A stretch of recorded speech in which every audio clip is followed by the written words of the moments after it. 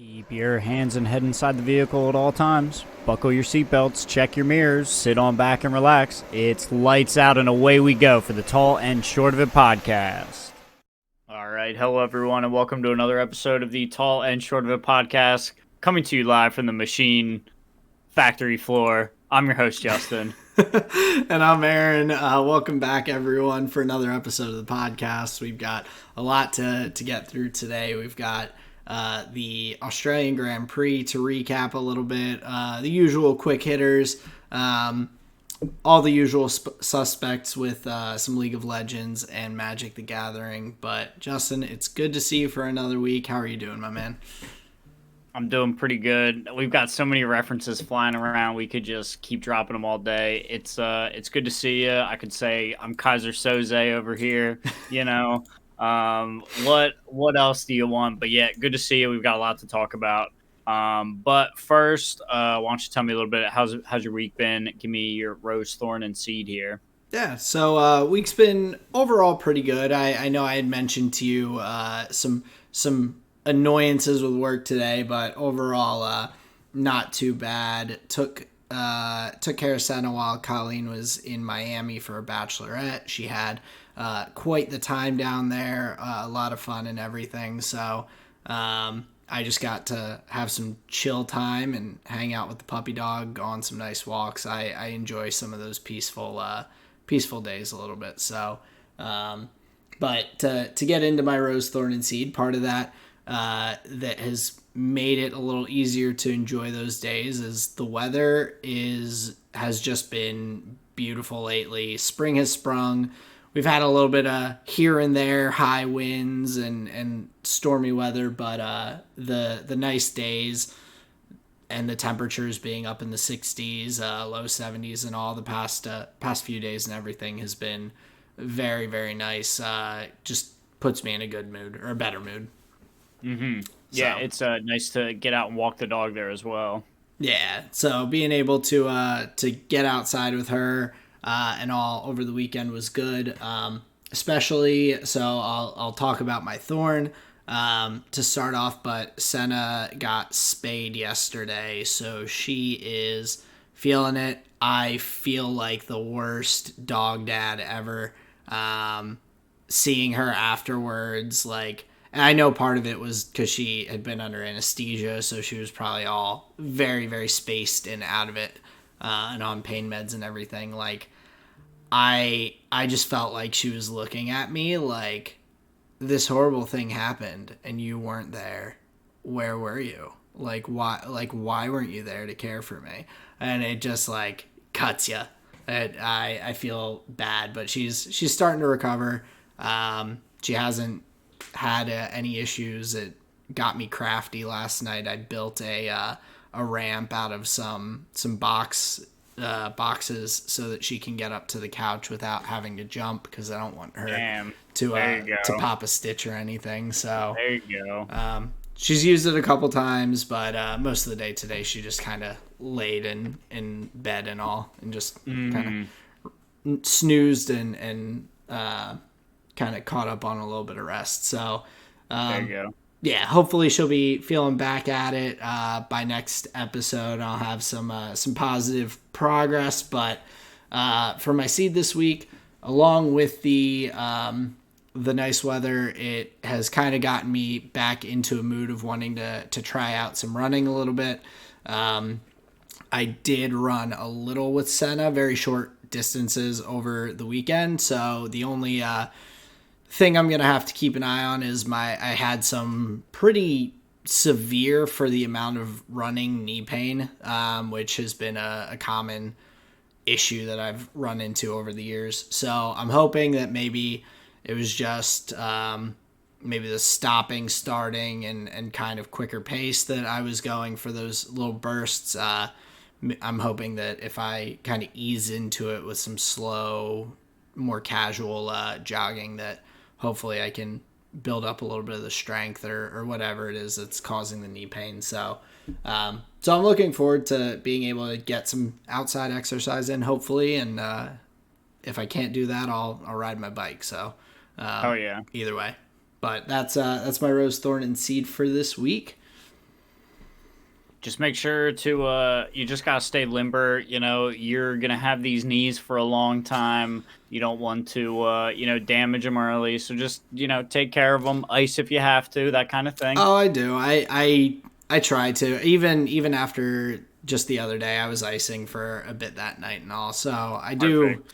I do my best, but it's not like swollenness or anything. It's like actual pain, and so I don't Well, know of what's course, yeah, I causing got it. you. So, well, yeah. But anyway, how about you? How's your week been? What's been going on over your way?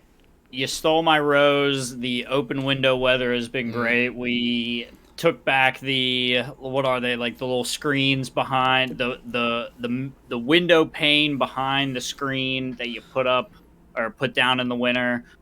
Those all came up, and we're just airing out the house from all of our winter hibernations.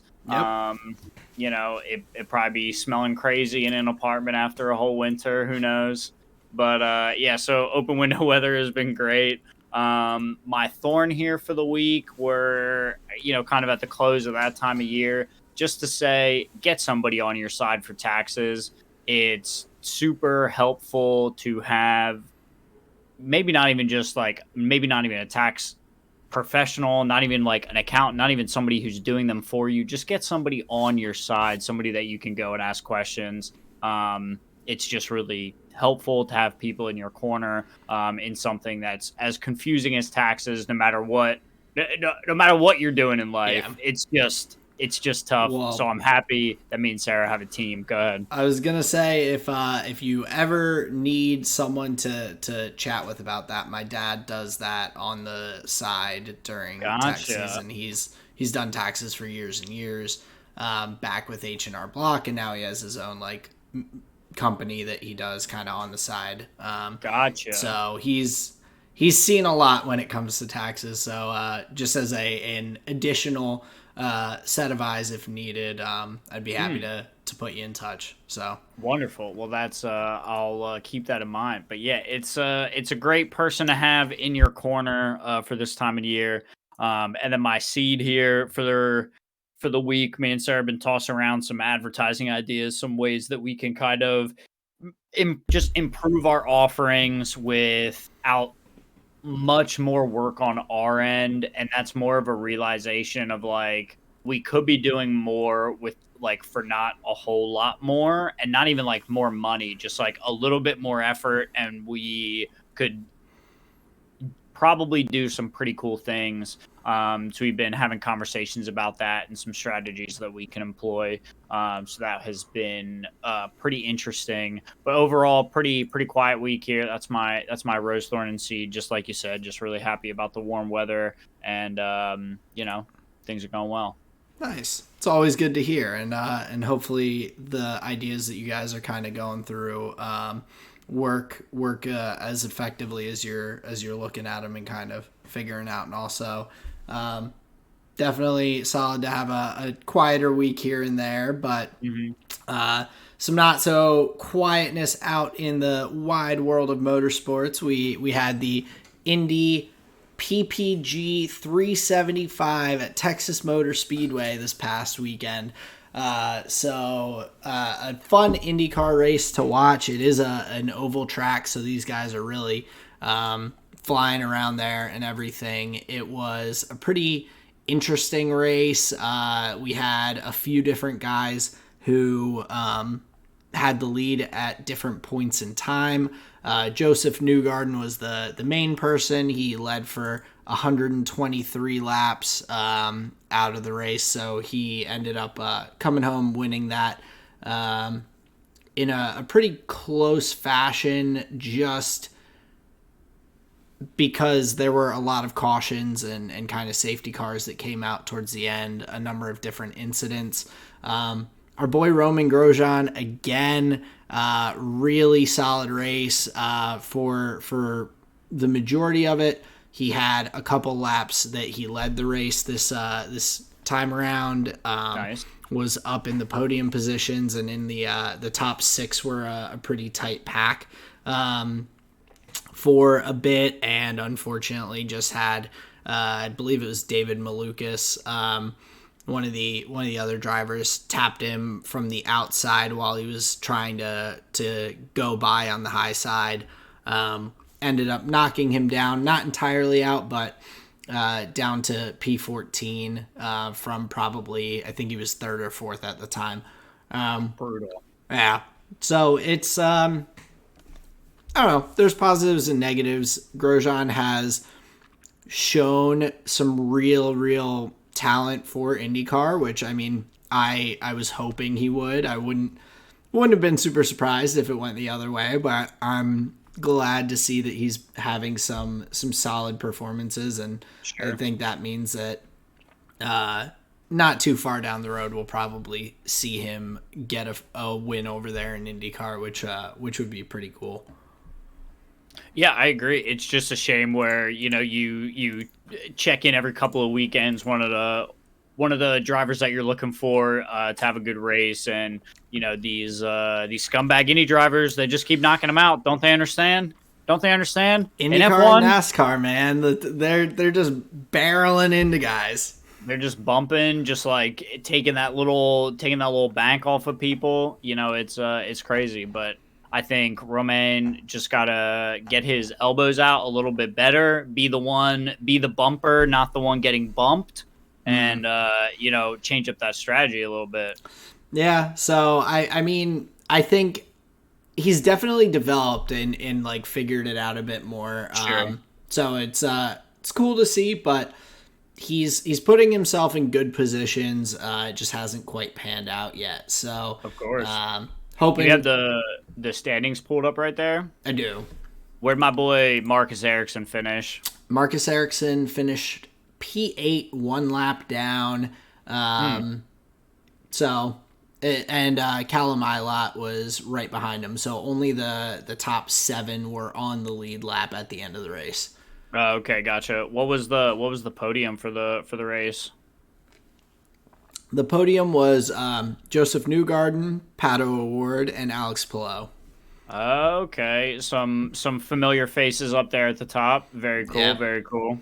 So, and even after knocking Grosjean, it wasn't a bad hit. It's just anytime you get tapped while you're going in these oval tracks, it just puts you out of shape pretty quick. So, and the running tends to be tight enough that you just get out of position like big time. Oh, absolutely. You know? Like you easily just kind of fall down the path. There's no easy way to rejoin when there's 30 cars just whipping around the oval and all. So, so yeah, Malukas, and he's also been had some pretty good drives lately. So, and at the end of last season, so good on him. Just a bummer that it was what would be probably a racing incident when it or in F1, but ends up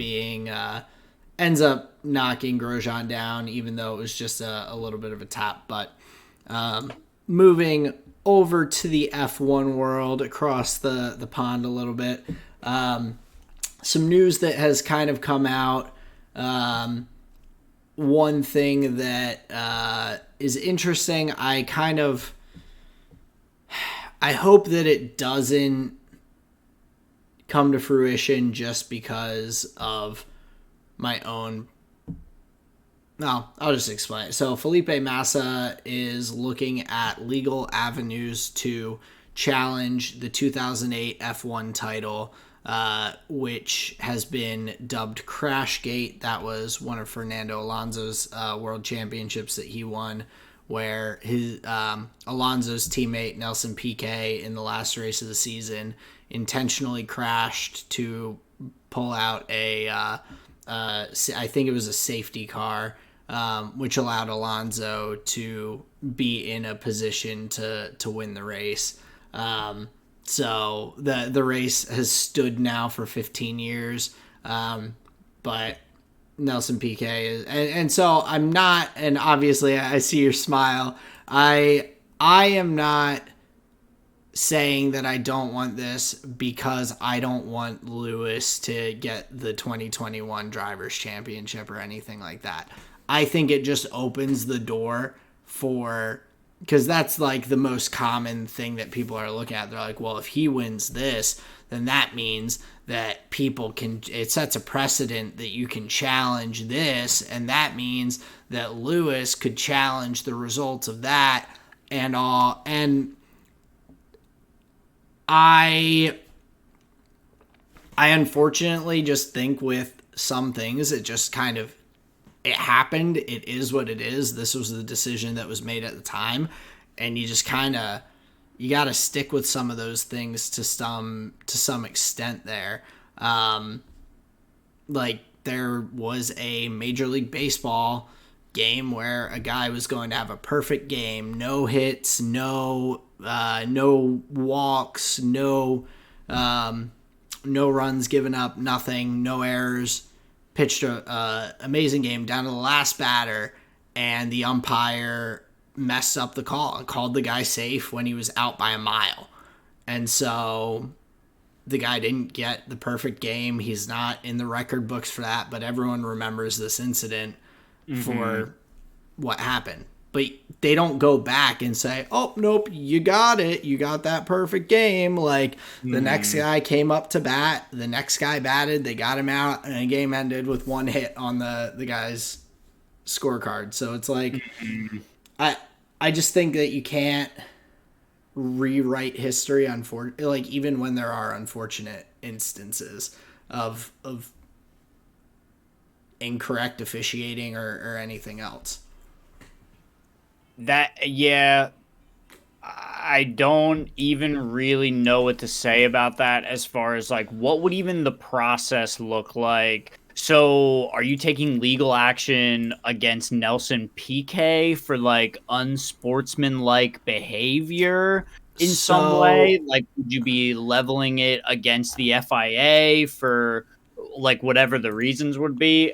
Basically what I'm saying is I agree with you that doing that sets a really awkward precedent, and it's just kind of like in the sense of like here's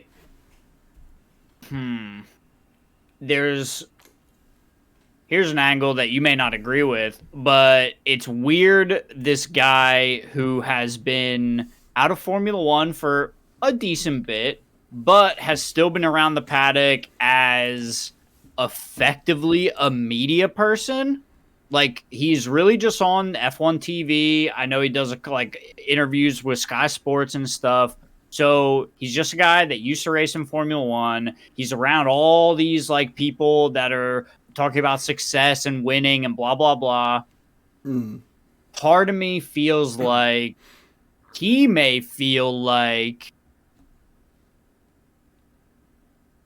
he should try and get a little bit of valor for himself. Whether that's the case, who knows? I imagine there would be a bunch of like motivating factors, and I don't want to like speak ill of the guy. It just seems really weird to bring up something that happened 15 years ago that like would he have won the championship? Yeah, so he was in the lead, I think, by 1 point maybe at the time. And so this was the race. I think you and I may have gone back and watched it, but so Nelson Piquet intentionally crashed, caused a safety car. I just pulled up the little notes, the spark notes on it. But it drew out the safety car. Felipe Massa went to pit where it was late enough in the race that if no safety car came out, he wouldn't have pitted. But the fuel hose got like stuck on his car and got ripped off, went down. He drove down half the pit lane with it. His pit crews like running down to like detach it and send him on his way. So he's levying it against the FIA, basically saying, you allowed this person to crash to intentionally help their team. The race should just be nullified. Oh, yeah. I don't. Because he's like, That I never sounds would like have a guy had that that ran pit out of stop. money. Like, he's like, I never would have gotten that pit stop or had to take that pit stop if this guy Had to didn't do. take. Well, He didn't have to take it. that's fair. Yeah. Yeah. I mean, I guess that you could say like the other option was to not take the pit stop and probably be in a similar situation to Lewis at Abu Dhabi, where Max gets the pit stop on fresh tires and everything right behind him on the restart. So I guess like it But you see forced. what I'm saying? Just the language is awkward that you have Yeah. to use. Oh, definitely. You like it forced a like otherwise unnecessary decision to be made. But yeah, like he did choose to take the pit stop, and his team like it flubbed the pit stop super hard.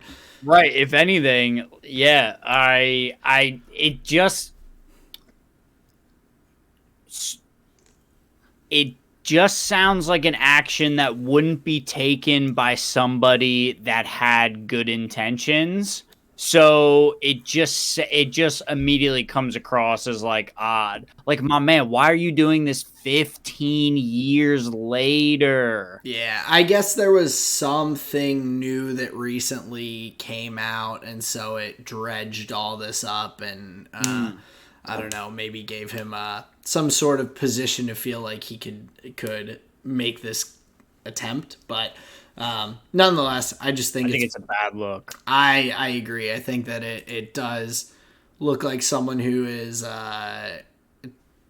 whether it's desperate for attention or whatever it is, it just seems like, yeah, like you're like, oh, my name hasn't been in the news in a little while, and let's make that happen. So, yeah, let's make that happen. Hell yeah, that's funny. But just a weird thing, because I just think it could set some really weird precedents for anything else down the line. Like, yeah, exactly. You that could just be extrapolated into all sorts of different messiness. But moving over into some of the current folks, I want your thoughts. Toto Wolff, Zach Brown, boxing match. Who wins? Probably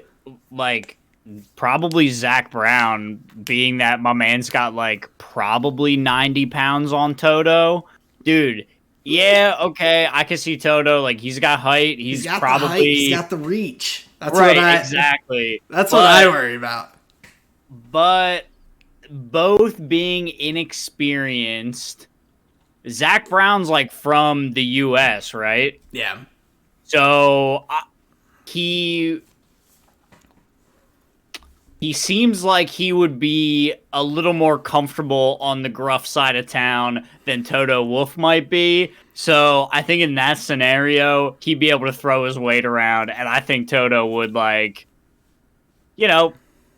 probably not feel so good at the end of that day. Okay, I think I'm kind of on the other side, and not that I don't think Zach Brown could throw a punch. To be honest, I think Toto probably, just based on physical stature, has the reach, he has the height, and I think he probably has some better cardio than Zach Brown. Not to like say anything, like, I'm not trying to be negative, but Toto's more fit. Like, that's just, all right. So in boxing 5 rounds, Toto's got it. Boxing is a tough sport, and I don't know if either of them has early round knockout potential. Okay, fair. It's cardio, and Toto Wolff gives me vibes of, like, he probably knows how to kill human beings. He seems like he'd be like a triple black belt in some kind of martial arts. So, I don't want to speak too ill of the guy. No, I don't think we are. It's just even a matchup. Yeah, just an entertaining thought. I think it would be fun to have Zach Brown apparently challenge Toto to a boxing match in Vegas leading up to the Grand Prix. Just a little extra something on the weekend. Oh, come on. I don't think I personally would want to be in a position on the weekend where I'm having to make like potential calls on things, or at least even like discussing strategies and whatnot after getting rocked in the face the day before. I think that might be a little make that a little bit tougher, but Yeah, for real. but I guess that's not for me to decide. We'll see if it happens. But this weekend was a big weekend of Danny Ricciardo being back around the grid. He was popping up all over the place with the Red Bull team throughout the Australian Grand Prix weekend, which was nice to see. They got him that nice close up solo shot there, sitting on the pit wall and everything during the race. Got everyone's hearts fluttering a little bit. So he has talked a little bit now about looking forward towards an F1 return. Christian Horner was asked about it over the weekend as well, about how Danny is and if he's in racing shape and all, if he would need to. And Christian basically said he's getting very close. Christian, like, really, with Zach Brown, like, right next to him, really kind of went in. He was like, yeah, he's probably, like, 10 minutes away from being race ready. Like, he's in good shape. He came back to us really thin. Like, he was like, I don't know what you guys did to him over there. He's like, his confidence was whacked, but they're like, Christian's like, he's getting back to normal and all, to the old Danny Ricciardo that we knew here at Red Bull. But yeah, he's kind of eyeing it up. And so I think the just big question, like he still has his stipulations. He wants to be on a team that can contend at the top of the field. And I just don't know what opportunities are going to be there. That Mercedes seat, dude. Well, that does kind of lead me in a little bit, because there was conversation, or I saw a report, didn't verify everything, but that there was discussion of sources unconfirmed. Yes, but Mercedes and McLaren apparently, someone leaked that they are planning to send the 7 cars that Lewis won his world championships, drivers championships with, to Yas Marina for the last race of the season, potentially for a Lewis retirement. I mean, you would imagine if all these cars are being sent there, it's not for no reason. So potentially Lewis retiring. That obviously huge speculation, unconfirmed sources. I did not. You heard it here first, folks. Lewis is retiring. You heard it here first. That'd be wild. But I mean, if something like wild like that happened, okay, yeah, there's probably some shifting around that could happen towards the top of things. But I imagine that without something real weird going on, I don't know if Danny is going to have the seat he's looking for in F1 coming up this coming year. Yeah, that's going to be really tough. It was clear that the hometown crowd fucking loved him every time he was on screen. The cheers popped off louder than, like, when cars were on screen. So that's got to feel pretty good. But yeah, as much as like his goals may be to get into F1, like we had talked about, like the amount of open seats on those upper squads are just like kind of limited. We know like a lot of those like contract seats are for a year or two out. We'll see what happens. Hear me out. Okay, say Lewis retires. Yeah. Mercedes probably still wants to go with a British driver. Mick Schumacher. They go for Lando Norris. Daniel Ricciardo to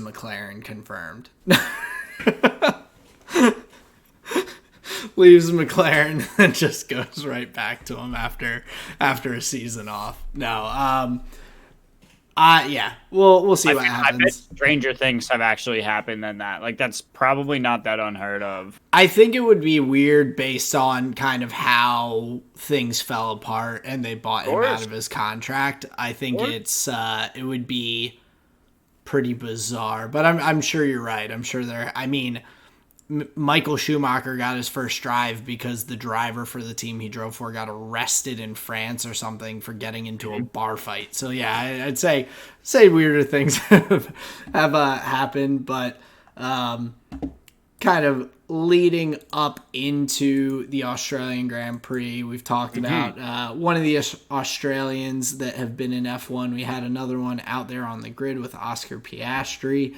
Had a decent qualifying for the way the McLaren is. I think Lando looked a bit more like his old self in the qualifying, finishing ahead of his teammate up, starting P13 with Oscar down in P16. So the McLarens had a much improved weekend. I don't think this is a sign that they're necessarily on a big upswing. But I was happy to see them have a little bit of success this weekend overall. So yeah, I agree. I think the P16 in qualifying, he was like a second and a little bit off the top pace, but I don't think that actually told the full story of what the car setup in race trim was like. Mm-hmm. So I think what I'm going to start looking for from the McLarens is like, okay, qualifying may be tough, but it could be like do you remember last year with the Mercedes where they were actually like having really rough days in qualifying, but their race trim setup was actually so much better. Like they were actually beating cars out on that like mid to like late stint where they were just like, all right, we've kind of got more than you now. I have a feeling that McLaren may be in a similar position where they qualified like not that great. Lando just 3 positions ahead of Piastri, but then I think they finished, what was it, 6-7? It was 6-8. So 6-8. Okay, yeah. So much better than their qualifying position. Obviously, there was a bunch of chaos in the race, but that was like a lot of their positions were gained like way before that. They did it on pace. They did it on their tire strategy. So I'm thinking there may be just a discrepancy between what their Saturday pace and their Sunday pace is, and looking more for these gains on the Sunday, where I would argue compared to the last 2 weekends that they've had, this was stellar. Oh, very, very good start for sure. I mean, I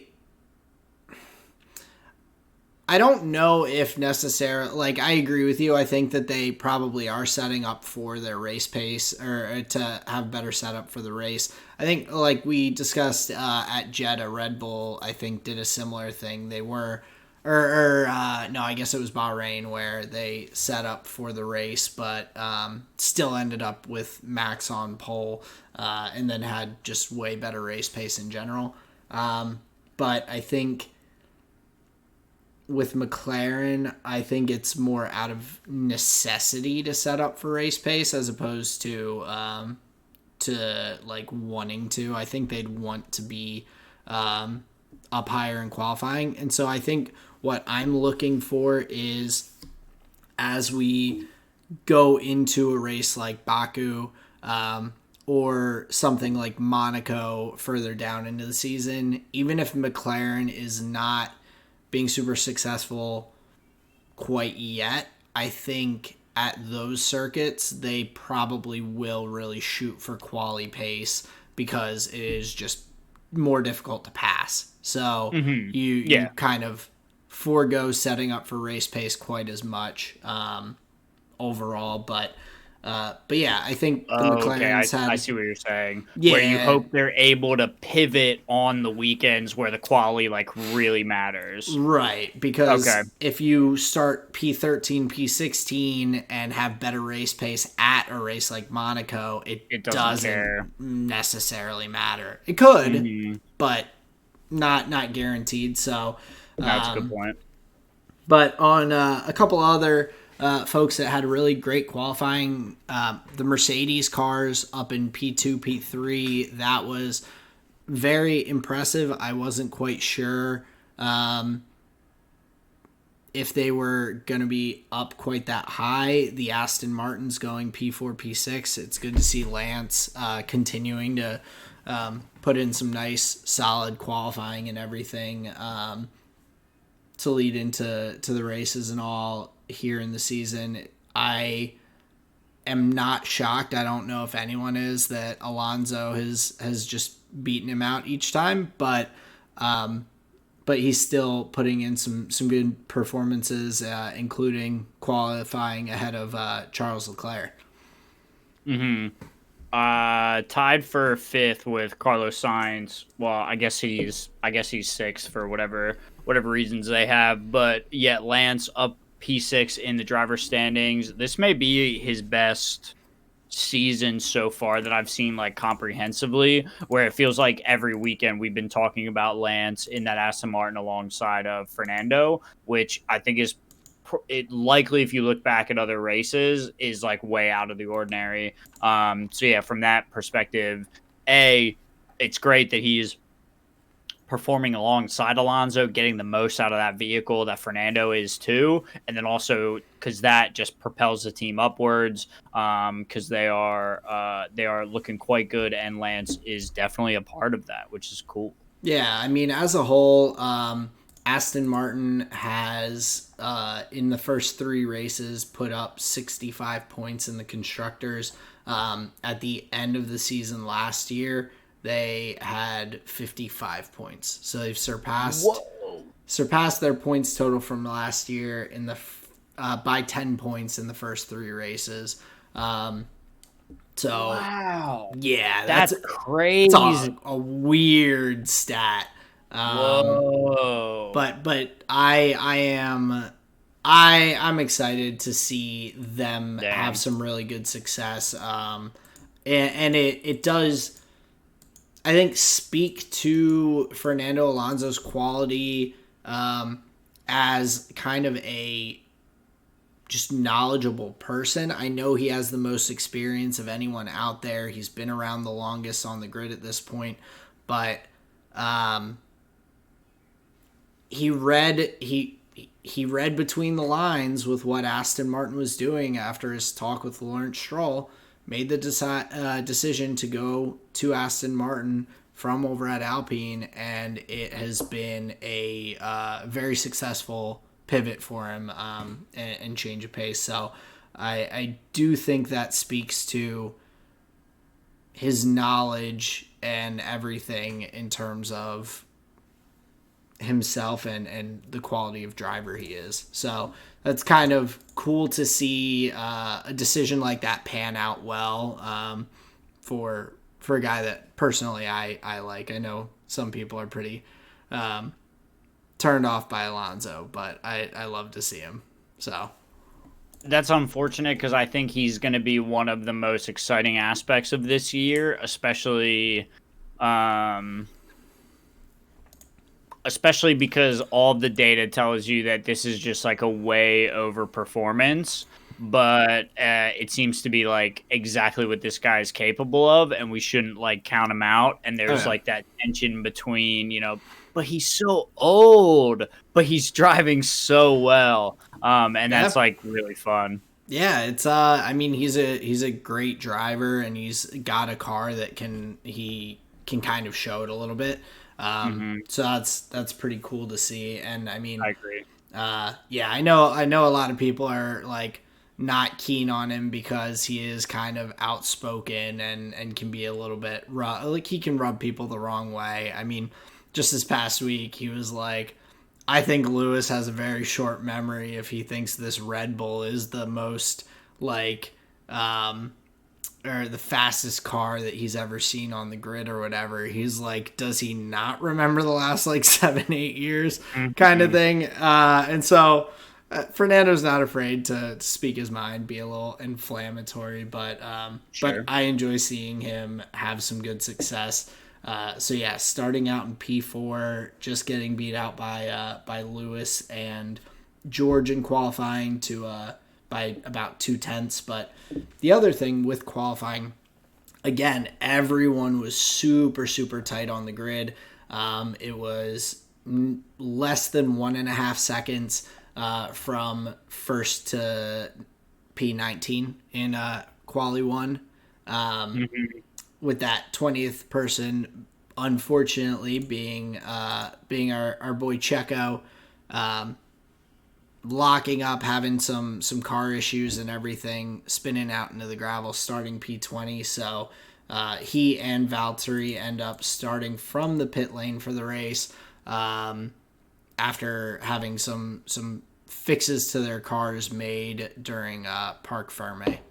So yeah, and that seemed to be the issue that Red Bull was dealing with throughout the weekend, is like this like weird front locking issue on the brakes that, you know, took Sergio out, gave him some problems, and then later in the race had Max going off the track a little bit when he had extended a little bit of a lead. So maybe something of an ongoing issue for Red Bull over the course of the weekend. Yeah, and it sounds like there are just a few of those concerns from Red Bull's side. They, I guess, at the latter points of the race, had Max's engine turned down a little bit, just to kind of ensure the reliability a little bit more. And he didn't need it turned up too much, so I guess that ended up panning out for them. But yeah, the Red Bull car, and I think a number of the cars are still figuring out some of these things, but reliability was not the key source of issues, I guess, for this race. We had a lot of incidents that kind of turned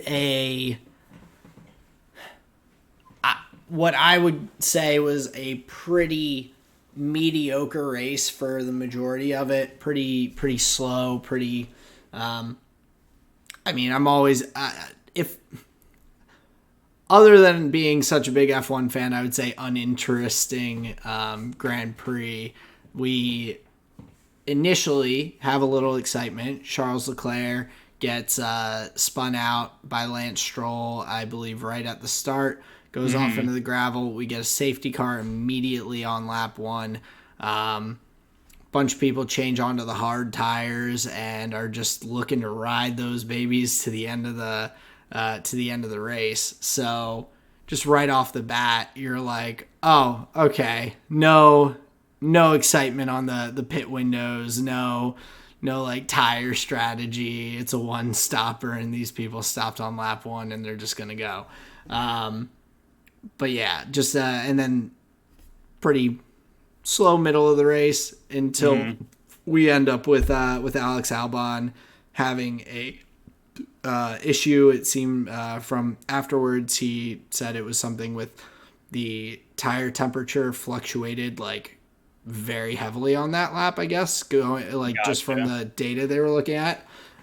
His tires cooled down unexpectedly and kind of caused him to spin out. So that led to a very bizarre kind of finale to this race with a number of red flags, stoppages. What did you think, I guess, about all of that? For me, it added some excitement, but I think in particular to the last red flag, it was a bit unnecessary and kind of caused more issues than just a normal safety car would have. Yeah, well, I think that's always the problem when you do the standing starts, like full restart, having all the cars pile into turn one again. Yeah, like you're sometimes it feels lucky at a restart if when everybody does get through turn one and you can go and have a normal race. Obviously, Mm-hmm. nobody's looking to make contact, nobody's looking to shove anybody off. Every driver is on their best behavior, but unfortunately, some things happen. And the more you add one of those standing restarts, like you just increase the chances of that something like really bad happening. And we ended up with like how many was it? Like 8 DNFs or something like this. So it was like Yeah, it almost half the was. field is out of the race because of like safety choices made. Yeah, like I understand that you don't necessarily want cars lapping around Mm, when you're cleaning up these things, but then it's like the other side of the coin is also present where it's like, yeah, but if we do these safety restart or these standing restarts, we're led with more dangerous scenarios actually right. than if you didn't just have like fucking somebody put the cones out, drive, you know what I mean? Mm, And whatever you make a fan like a spectacle of it, but at least you don't have these cars doing the standing restarts, and it seems like that's where the increased jeopardy comes from, is just the amount of times that you do that. yeah. Now I get it. Like I'm not mad at the FIA for like the decisions that they make. They're doing the best with the data that they have. They're trying to keep everything organized and happen in an orderly fashion. Fair. By my eye, like I think they do a great job. And weekend in, weekend out, I truly believe they do a great job.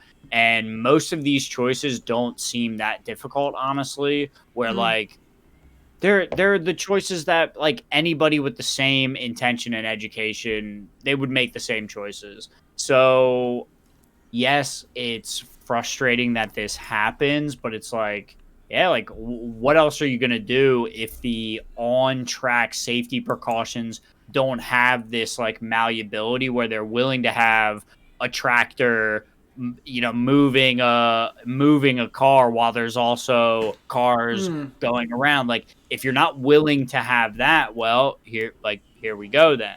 yeah. Um, I and I and I I agree with see you the there. pros and cons. But, I see both sides of it. Yeah, and I agree. I think it for the most part the FIA does try to make the best decisions, and they in general do. There's always going to be, and anytime there's a big decision to be made, there's going to be people on both sides Of course, yeah, yeah. that are vying for their preference. So I definitely agree. I would say I think that the last restart was, or the last red flag wasn't quite necessary because everything was in a position to be cleaned up properly. I think what it seemed like to me was that the panic button got hit a little bit of like, oh, there's 3 laps left in the race, can't throw out a safety car and have the race. It seems like they're afraid to have races finish under safety car, which like can be the proper solution to races and everything. Like, would that have been a boring way for Abu Dhabi 2021 to finish? Yeah. Is that the way that it could have finished very easily if they had just gone the other way with the decision? Yeah. So it's like, I think they were a little haunted by by some decisions from the past, and kind of broke through the glass, hit the panic button, Mhm. and all, to be like, nope, let's just stop the race, put everyone out there on equal ground and all. But with the tire temperatures kind of being an issue all weekend in Australia, Mhm. which I think is a little bit of a Pirelli issue. I think Pirelli needs to pick the right compounds for the weekend for these drivers to use. They Mm-hmm. have the scale of 5 different tires for a reason. So they have to be a little bit better at that, in my opinion. But I think just the way that the temperatures were cooling in the air, it's getting later at night. Sergio Perez mentioned that by the time the last restart happened, because it was so much longer after the intended end time, the glare from the sunset was like directly in the line of sight, making those restarts, like you said, even more dangerous Mm-hmm. in terms of things. So I think that there has to also be like yes, like racing integrity is important, and you want to have the highest level of integrity possible in every single race. But also, you do have to consider safety and some of these other factors when you're looking at that. If I Mm-hmm. mean, they ended the race on a formation lap after the red flag there. I don't see how you don't just throw out the safety car for the final lap. Have them, anyone who's still left, meet the safety car at the start and just find your way around the Mm-hmm. track that one more time. Like that's where I'm like, you have one lap left. Yeah. If you red flag it here, that okay, just red flag it there and just call the race then. Right. Like And that's what they don't seem to want to do is it seems like they're making, and if I remember correctly, I think they said this at one point, they're making decisions that end races with racing and not like behind the safety car. So I think it seems like that's what they're prioritizing. But it does put them into these like weird half scenarios that aren't anywhere near as satisfying or anywhere near as unsatisfying as just ending it ending it behind a safety car and just classifying the race that way. yeah, Yeah, it is a pretty big feel bads, like from a spectacle perspective, but it does seem like just the generically like safer thing to do. And I'm just in the camp of probably just do the safer thing. right. Like I think I would agree with you there. I think yeah, like we no one wants something to end under safety car. No one wants that to be the way the race ends. But at some point, that has to be an option. You can't Hmm. just say nope, nope, nope, nope, nope, never gonna happen, just because you don't like that. Like there are reasons that it should happen, and so yeah, it was interesting way. Leads to a lot of conversations for the interesting way things kind of ended there at the end. Sure. Of course, the other big kind of weirdness that happened with the restart. We're talking about tire temperatures cooling. Carlos Sainz locks it up into just a bunch of people on the one restart. Ends up getting a 5-second penalty, which entirely drops him out of the points after the race, which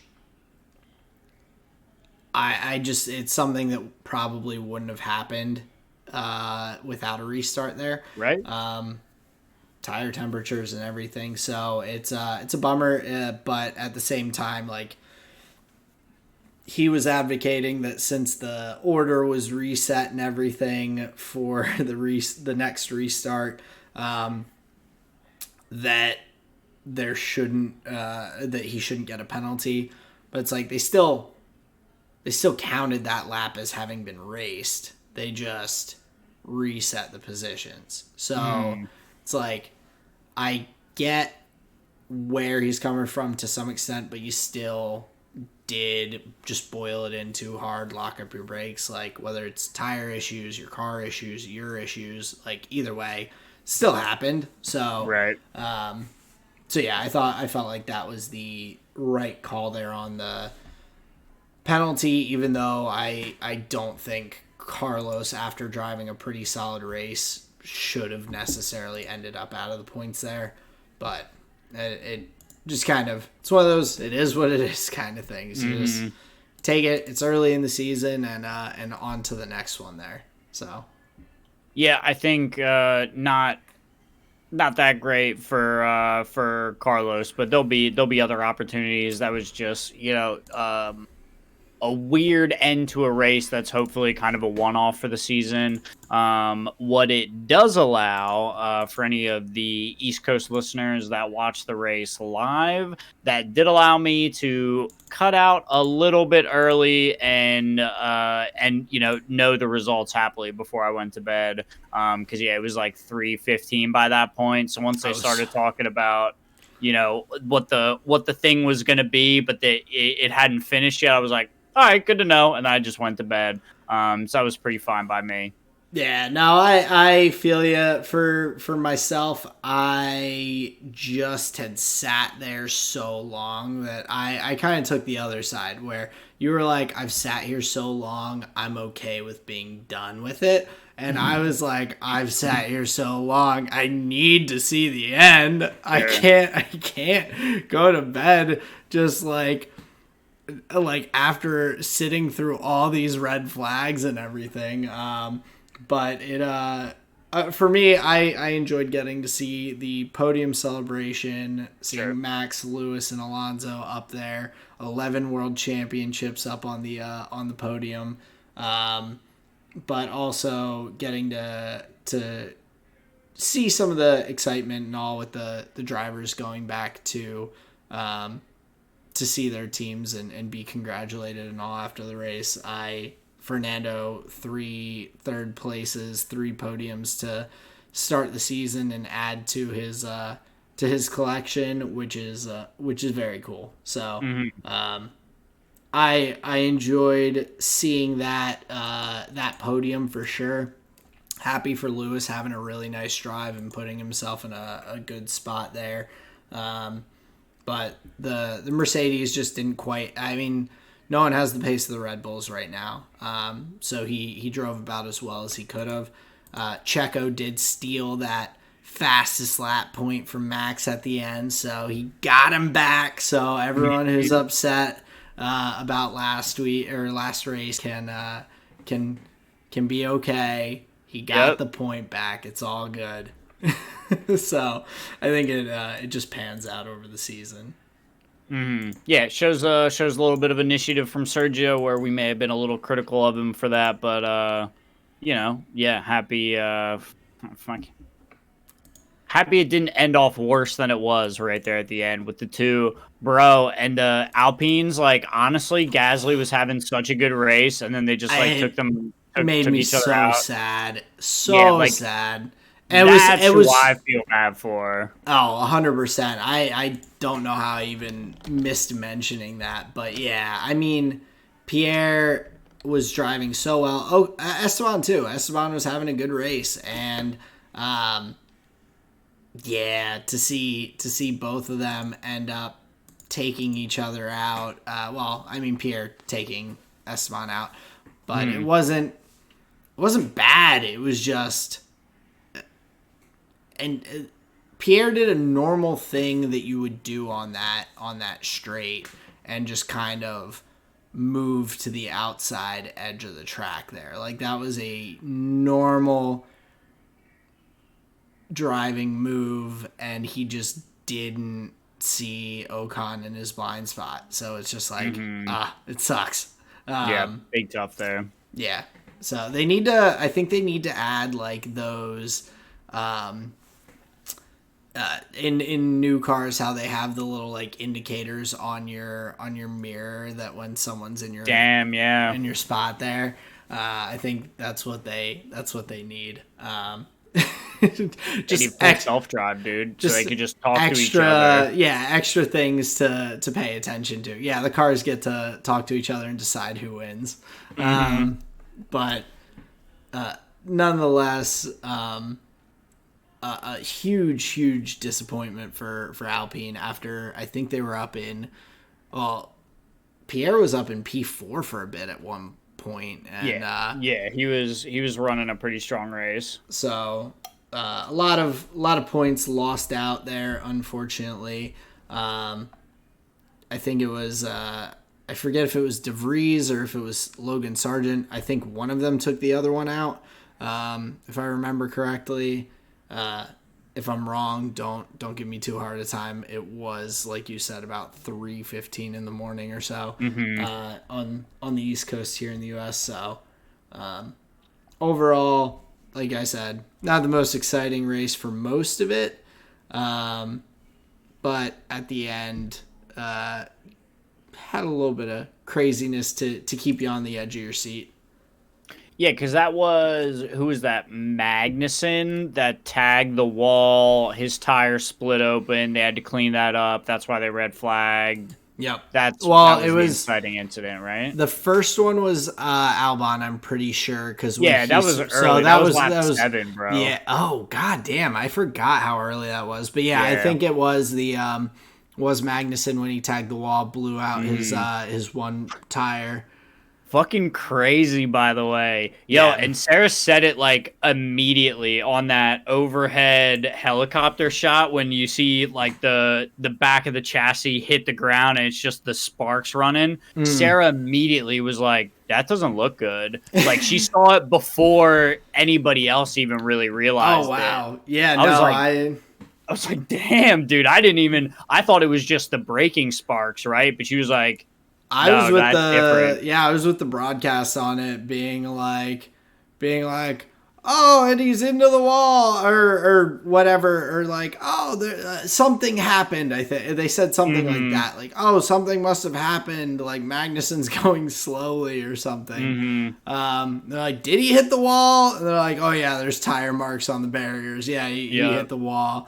Kind of similar to, like you had mentioned, Max locking up and going into the grass towards the end of the race and all. And the broadcast didn't see that either. And they're like, oh, Verstappen has spun. And it's like, no, he actually didn't. He kind of just like went deep and mowed the grass a little bit. All good. I was kind of hoping he did spin, because like one more and my man like would have a reputation for being able to 360 and still win a race. Yeah. Like one or two more and you could be like, my man can just like spin out and then keep going. Like, that's kind of funny. Yeah. So, some interesting spots that we didn't even get to see, but yeah, that Magnuson one just kind of started the dominoes toppling. And I think that's what Lando Norris was commenting on with the Pirelli tires, where like the temping issues that they were having, the just degradation on like small contact, just shredding off and flying. I think there's some scrutiny over the tires currently. Yeah, it was a yard sale out there, man. So yard sale for sure. But just a couple other quick shout outs I wanted to throw out there. We got a Yuki point. Oscar Piastri got 4 points there, so his first points in Formula One. Not by merit though, only because the field that would have got the people that would have gotten those points were gone. Well, kind of the same with Lando. Lando, I wouldn't say by merit got P6. So at the end of the day, I mean, you gotta take it as it goes. But all right, I'm with you. I agree.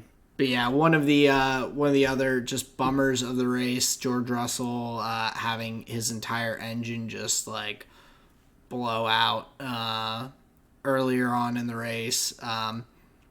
I was bummed that he got screwed by the first safety car, because I was like, George got fucked. Like, that's a choice, brother. Well, I mean, make that choice. I mean, they pitted, and then just immediately after a safety car happens. It's like, That's just bad luck. I was like, I wasn't saying George got like screwed over by anyone in particular. He just got screwed by just like life. Like, he was on the wrong side. Gotcha. Like, okay. It was just bad I was luck. gonna say nobody did that to them. No, just Yeah. big unlucky. But Mm-hmm. I saw some other people say, and I kind of agree. But after him DNFing because of the engine and everything, I was like, oh, okay, I'm good. Like, it didn't really matter in the grand scheme of things that he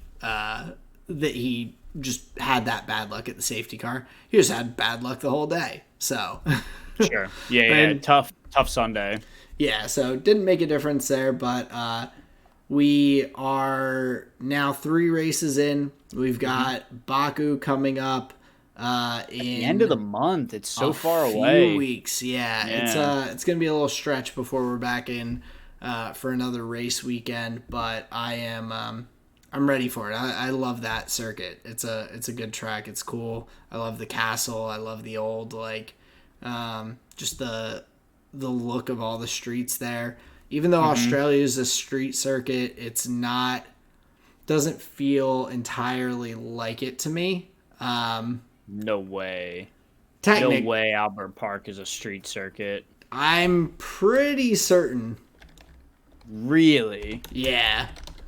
You're right, it is. Okay. And so, Wow. and I think that's why they have the barriers Wow. so much around the track. I don't think it's yeah, it wasn't like an intended design. Whoa. So, The way that looks on race day, no clue. oh yeah, no, it looks so bizarre and different from Damn. Okay. I stand so, corrected.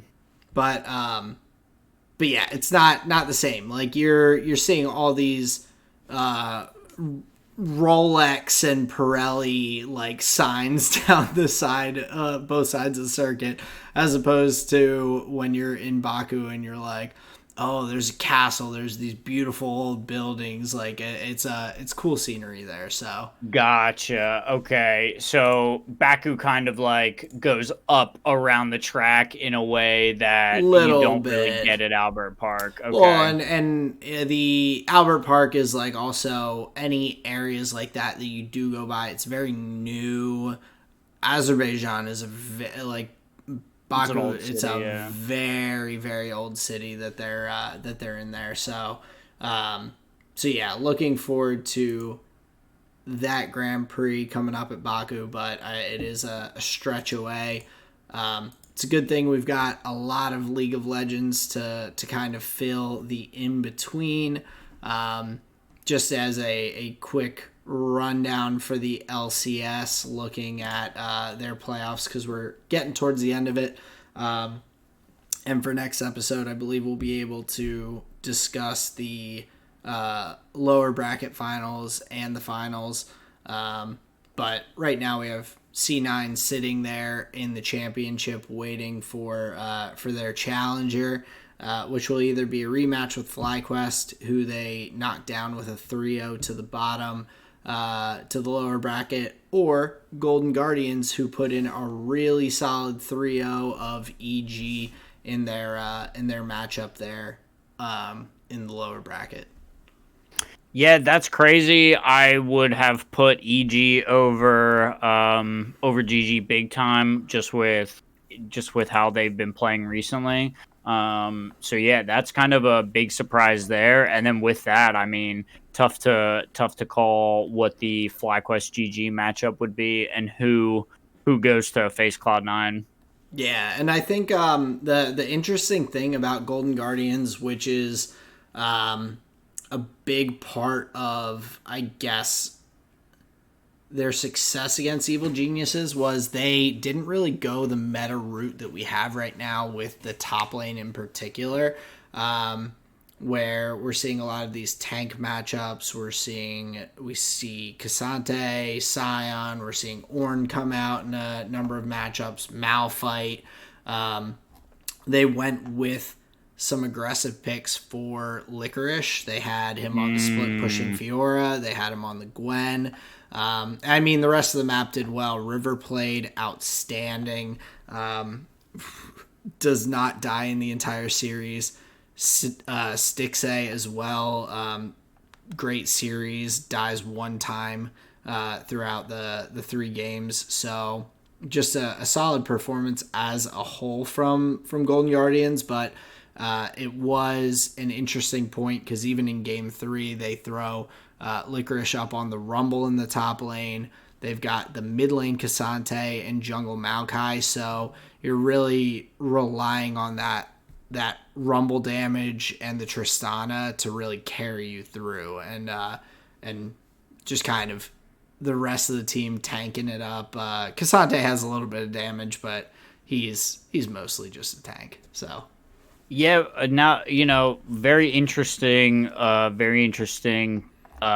drafts from Golden Guardians in that case. Like you see they're mostly playing weak side on bottom and then just playing for like Licorice in the top side. I really like the Rumble counter pick against the Malphite top side. I don't know what order they were picked in, but that definitely gets a good matchup for Licorice in that scenario. Where the Malphite is just this big armor tank. Licorice is just going to cut right through that. Just disgusting little drafts there. Pretty neat. And Golden Guardians gave Licorice the counter pick in every matchup. So last pick Fiora, then last pick Gwen, and then they had second to last pick, but the Malphite was already picked in the first phase, so they get the Rumble there at the end. Sounds about right to me. Yeah, so really solid drafting. Like you said, they did play that weak side a bit with the bot lane, but I feel like that's where Stixxay is successful. Stixxay is not a crazy play, dominate lane, like outplay. Right, yeah, you play through your strengths. Yeah, but he is a solid, consistent guy. Caitlyn, Tristana, good champions for him to be on in meta, and so he looked really good, and Golden Guardians did as well. So it could be interesting in that third place matchup. Well, I guess technically third place matchup in that lower bracket finals, especially after FlyQuest struggled a little bit in their matchup. And that kind of leads us into this LCK a little bit because and the LPL, but I just feel like looking at these playoffs that we've had now, and some of the games that we've had, I think this current meta is very, very bot lane heavy. And so with Stixxay playing so consistently and then Prince having some struggles against Cloud9 and all, it will be interesting to see how those teams end up drafting and kind of matching up in that round. Yeah, that's a good point. That's like where you talk about the kind of play style differences between these teams, where they clearly have like two different drafting plans. One's looking to set up their top side, the other's looking to set up their bottom side. Could be pretty interesting clash of styles there.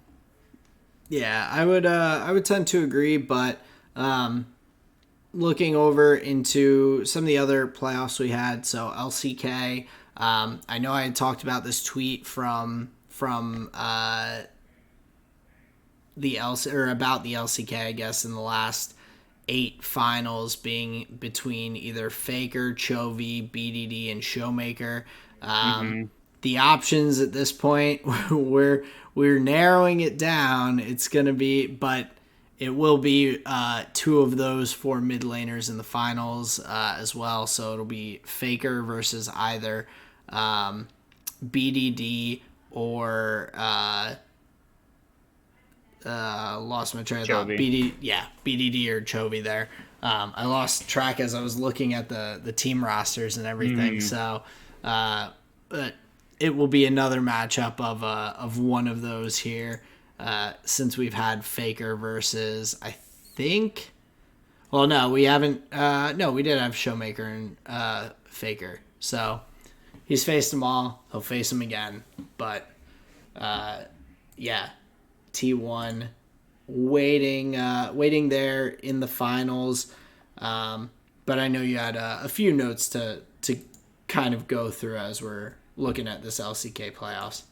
Yeah, just a couple of like um what would you say, like, predictable series overall. The only thing that like really stands out is in the second round, the T1 versus KT series. That was the most competitive series that we've had yet.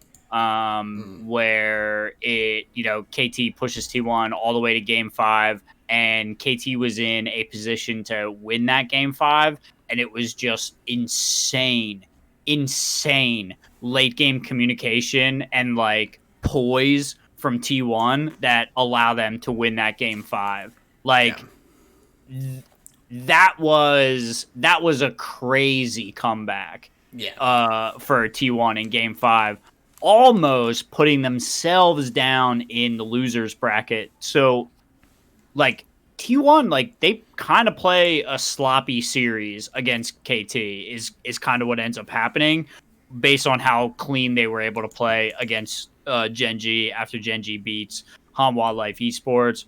Hanwha Life Esports unfortunately has not been the hottest here in the playoffs. I think Zeka's really struggling with the champion pool. It does not seem like the plays are there for him in the way that they have been.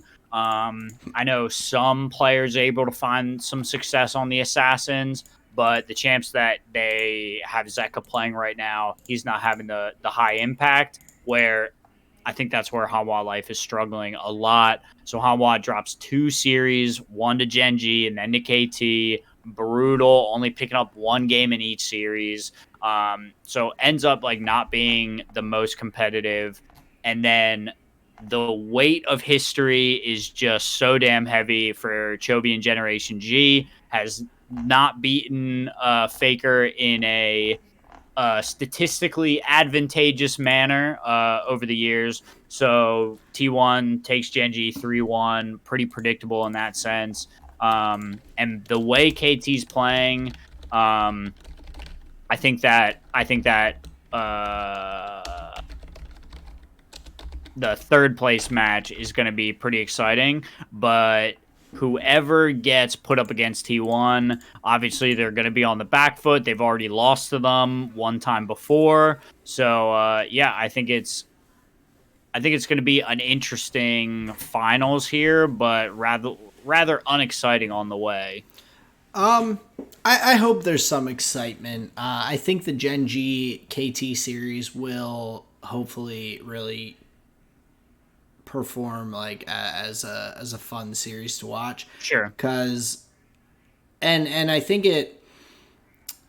So there's I guess a couple things to touch on with what you were saying about like the T1 KT series and all, but that matchup I think one shows that KT Rolster is a very good team. They really did kind of, especially at the end of the split, come down hot through the late stretches there and everything, finishing third in the regular season and all, to be where they are.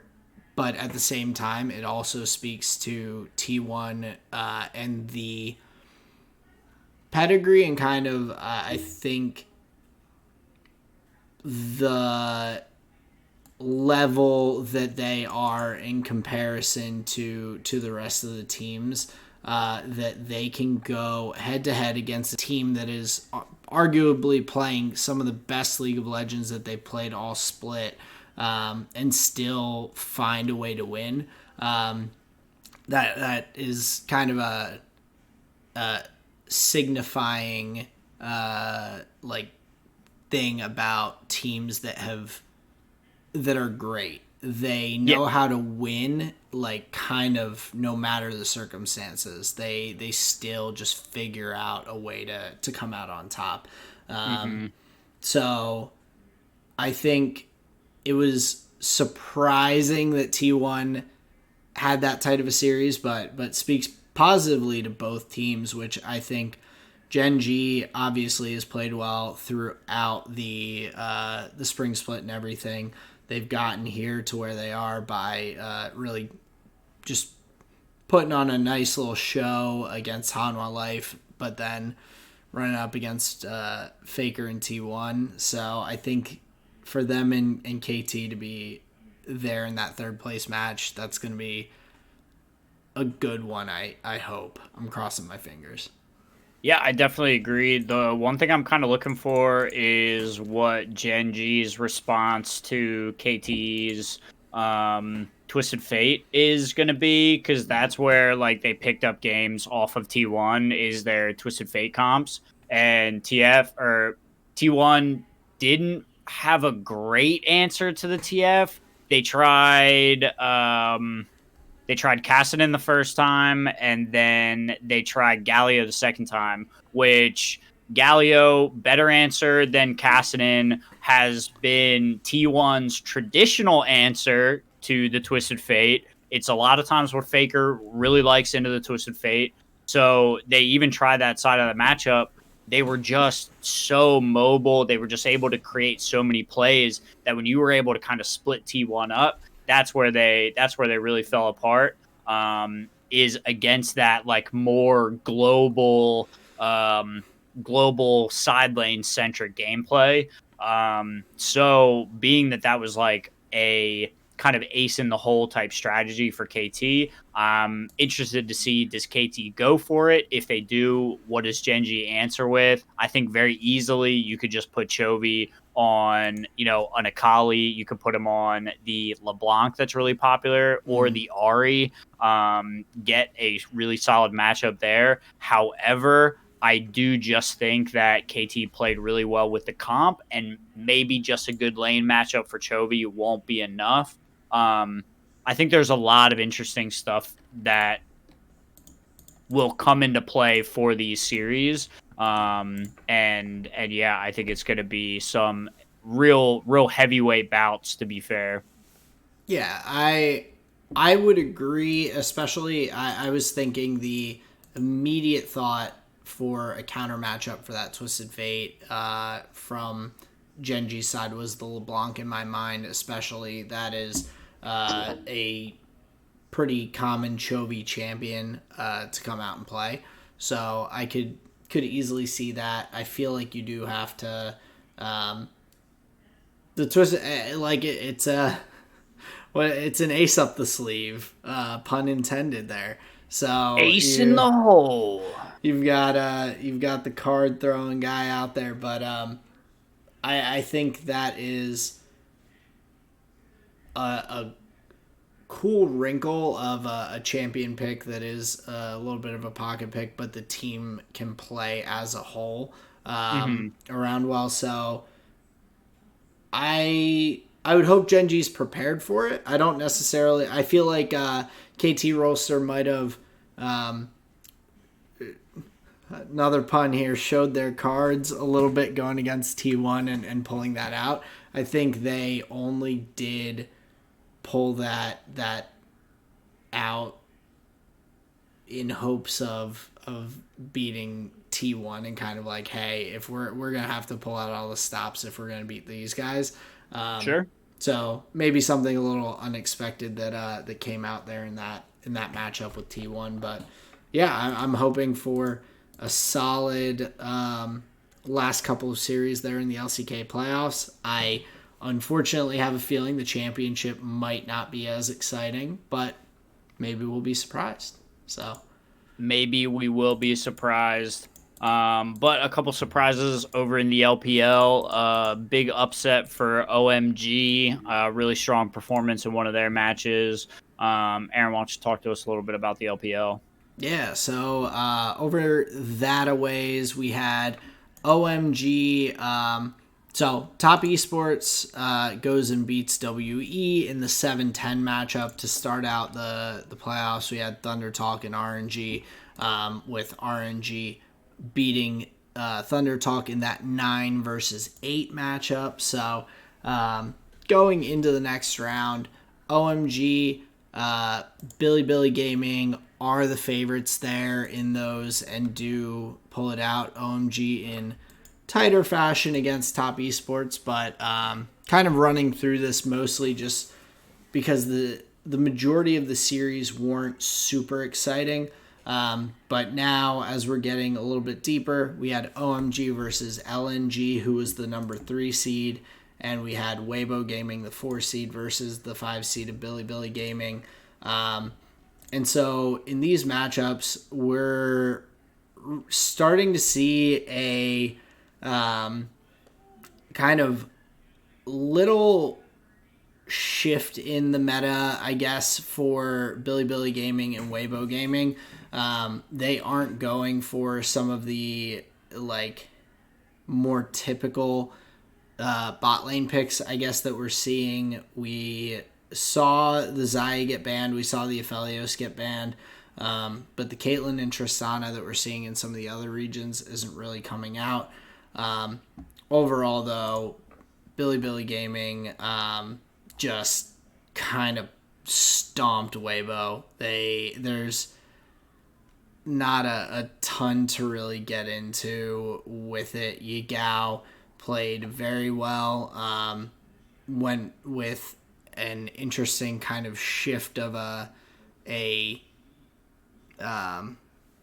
blanking on what's that called. They took Annie mid instead of support. And then Zhao, who did that in game 3 as well. But just as a whole, Billy Gaming seems to be clicking pretty well at the right time to kind of get further in the playoffs. And I haven't watched it yet, but in the wee hours of this morning, they went to a game 5 versus JDG and came out on the bottom of that. So they're in the losers bracket at this point, but to go head to head with JDG, the top team from the spring split, and take them to 5 games, I have a feeling when I go back and watch that'll be an exciting one. So they've really kind of been on a nice little run here in the playoffs. Yeah, it's been interesting to watch that Weibo Gaming series.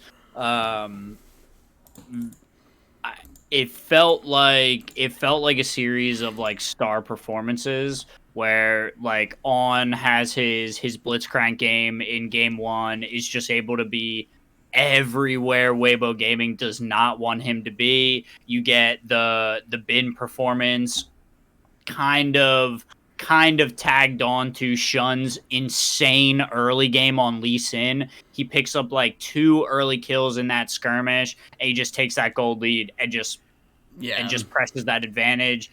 Bin like kind of goes crazy in the top lane, especially on Gwen. There were a couple of moments where he stayed alive way longer than he should have. But then for me in the last game, it was the ults that Bin was able to get in like the mid to late game that just sealed up the fights. Billy Gaming was there. So while all of the pieces have to click, it felt like there were just these like big standout pop off plays that like, oh, that's GG. All right. Yeah, and I think that is in part due to their drafting as well. Like they are taking these comps where one, they have the ability to get ahead early in a number of those instances. The Gnar versus Kennen is a pretty skill-based matchup, but you have the Lee Sin, who's that early game pressure in game 2. They just have a lot to kind of... I think a lot in their drafts that can create these game-ending moments when they are ahead. If you get a great Annie ult in game 1, after you're already leading, you can just wipe the team and the game if you can get a good fight. Similarly with a Gnar ult in game 2 or a Kennen ult in game 3, they're picking these comps that are competitive early, and if you do get the lead, have that quick snowball potential to close things out. So definitely impressive from Billy Gaming to just cruise through that series in probably pretty close to record time. We had a 25, 28, and 23-minute game. Yeah, those are pretty quick. Yeah, so a fast one over there. But on the other series that we had was the LNG and OMG series. Overall, OMG just came to play, and I think they have really found a nice just spot for themselves in their team comps and champion picks. I would really hope that teams are going to ban the Zaya and Rakan or something away from them, because Abel, he wasn't the catalyst to get them ahead, but his play on the Zaya was so strong throughout the series, that once they were able to get those leads in some of the other lanes, Aki and Cream had some really good opportunities to get ahead in game one. Shanji was just a ridiculous tank on the Scion. It was stupid how much damage he was able to eat up in the shields and everything he was getting. And so that consistent Abel on Zaya, just letting his team do the thing in game two. Aki's on the Sejuani trying to get those opportunities and everything. A pretty back and forth game there, but just couldn't quite get the same leads. But yeah, even in game four in the Zaya Draven matchup, Abel doesn't die once, stays safe, plays well. Just as a whole, I think they've really found a nice spot with giving Abel and PP God that scaling kind of strength in the bot lane. Good, solid early game, but that potential to scale hard, because PP God also just played super well, especially on the Rakan. Yeah, and I think that's the good piece of that little duo is Rakan offers you so much playmaking potential. And especially with current item builds, you just have access to so much movement speed that your engages are just really strong. And as a support, you are able to go forward in that way because Zaya keeps herself so safe. Yeah, it is a really strong duo. I think in the pick ban, it's a lot easier to ban the Rakan than it is the Zaya, because you can still take Rakan with they were playing Rakan with Draven. So it's still more useful than the Zaya is. So yeah, it may be a strategy, like you were saying, to get them off of that duo, to take OMG off of that duo. They may need to look at, the ban plan of Rakan. Yeah, I think it's something and to be honest, I think you might just ban Zaya instead. I know there's other champions, but they in game 4 go with the Zaya Renata when LNG picked away the Rakan. So it's they really do, I think, have that comfort with Abel on the Zaya, where PP God, obviously we've seen him perform pretty well in the LPL over the past couple splits and everything. In particular, I think he has I think he has a bit more experience on with his performances or just being pretty successful there. I mean, Abel has been around for a little bit. He was with RNG and Royal Club, but I believe on their academy teams primarily. And so then eventually now up playing for OMG. Last year he was with BLG Junior. So having a guy like PP God who has some experience, is performing kind of at the top of his game pretty consistently, I think he is a really solid key to that bot lane matchup. So I think Abel is more likely to be able to kind of be knocked off his game and Okay. comfort. Yeah, So that's a really solid point. But yeah, to your point, I think OMG performed really well. Good on LNG to take a game back. Scout looked really solid on the Ari. The way she was skirted, the way Scout was able to skirt around the Drake fights and find key targets, like find Abel in the back line, was like pretty solid. Gave them a leg to stand on in the series, but unfortunately, I think OMG was pretty strong on the day. The one thing I wanted to shout out in game four, like the sweetest play, was towards the end where OMG was like looking to build their lead. They had Cream flank like four members of LNG. You just burn all of their alts on the Zoniad Akali as OMG is like, all right, well, we can just kill them now that their alts are all gone. And they just chase them into the jungle. And that was like GG. And that yeah, was like a true like messiah moment where you just get them to burn all their oh abilities yeah, on Azonias. Like it was chef's kiss beautiful and just insanely well timed by Cream. So that was a very flashy way to end a game. yeah, and he's Cream performed super well in this series. Played the Silas, the Yone twice, and then the Akali, like you said in game four. He has looked like he could play with anyone out there right now. So OMG is a I think a scary matchup. I mean, they just beat the number 3 seed. They're now going up to face off against EDG, the number 2 seed there.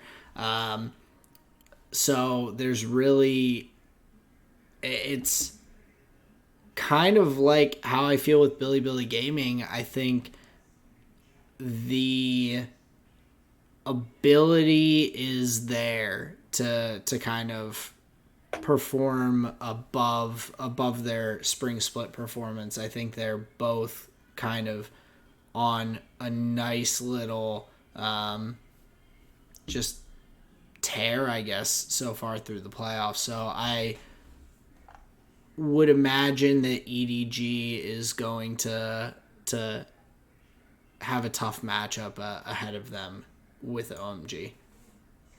Yeah, and I think it's gonna get closer as we get deeper into the rounds, and some of these 3-0s and 3-1s are gonna become, full 5 game series. Yeah, because I feel like right now Cream can play very, like, he's gonna match up fine against Fofo. Shanji and Ale, I think they both also have similar champion pools, so I think that'll be a pretty good matchup. So, yeah, we'll have to see. I think that might come down to some support performance between Mako and PP God in that matchup. But we have that. I think that's actually tonight, if I'm not Gotcha. mistaken, for that next round. So, yeah, I think double checking myself, but I can't find it. So I'm like 95% sure we'll get to see that matchup tonight. So should be a good one, and we'll definitely be talking about that. The JDG Billy Gaming series and kind of consecutive series we have coming up over the next week or so. Yeah, with the Formula One off weeks until the end of April, we'll be able to kind of hit these series a little harder, especially towards the end of the playoff stints. The more exciting rounds.